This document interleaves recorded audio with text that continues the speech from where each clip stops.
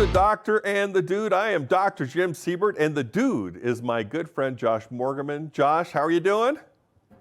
Doing good, Dr. Jim. I'm just getting my engines revved up, getting into the true Mm. peak hurricane season now. We are moving to the height of hurricane season quickly, as you said, and things are beginning to look a little more active out there. So, historically speaking, where are we looking to see storms developing to develop this time of year, and are we seeing any signs of that now?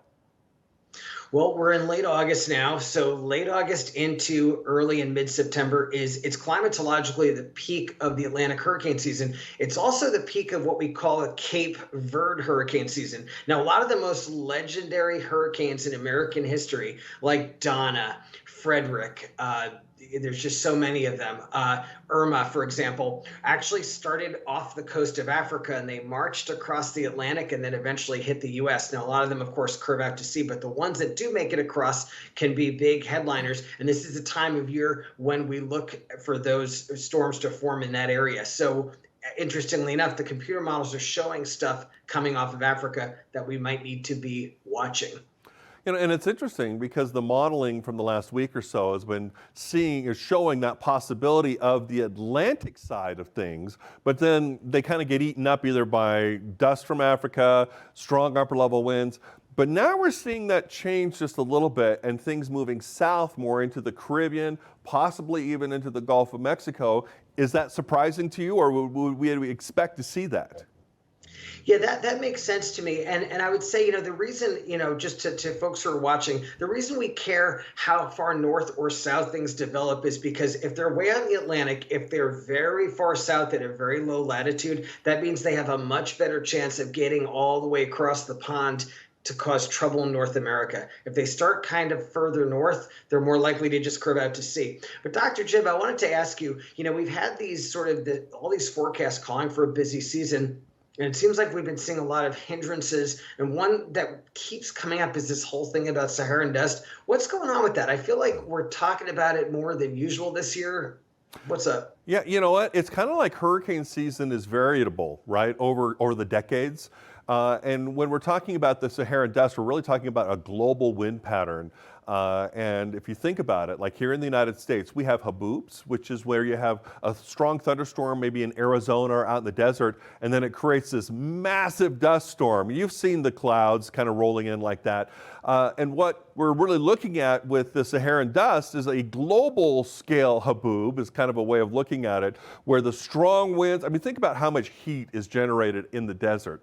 And so that just blows the dust, and it's strong enough on a global scale that it can carry that dust for long periods of space and time.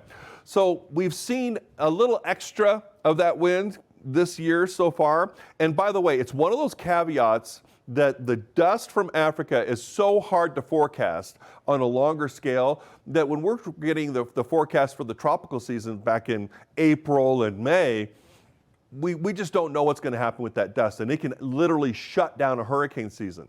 However, things are beginning to change now. We're getting space between those plumes of dust, which is why the GFS has been showing possibly something developing from the Caribbean moving into the Gulf of Mexico around the first couple of days of September. And so we are beginning to see those changes, Josh. And now I do think we kind of have to heighten our level of awareness, especially now that the GFS is showing something developing a little more south of some of that activity.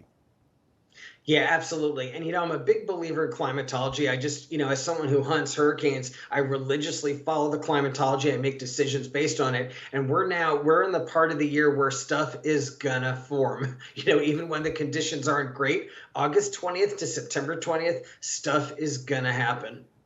Yeah, and so we are seeing signs of that in the modeling for different places. Now, what we don't know, though, at this point, too, is we don't know exacts. We don't know exactly where something's going to go. We don't know exactly if, like this thing from the Caribbean into the Gulf of Mexico, where exactly it would go, at least at this point. Would you agree with that? I'm glad you said that, Dr. Jim, because when I talk about, using computer models, especially when we're talking further out than a week, don't focus on, not to you, to viewers, don't focus on specific details. It's not about the details. It's about just the broad trends.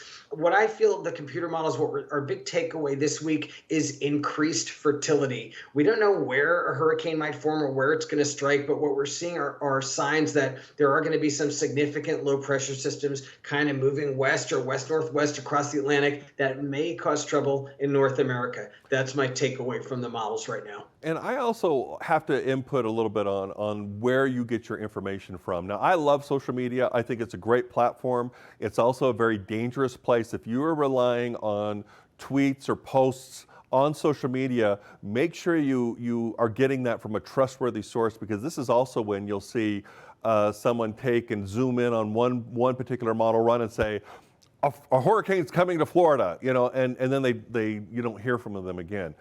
So be careful where you get your information from, because like we were saying, climatology, the larger pictures is what we're looking at, and then we zoom in on the forecast as it gets closer. We're just not quite there yet, right, Josh?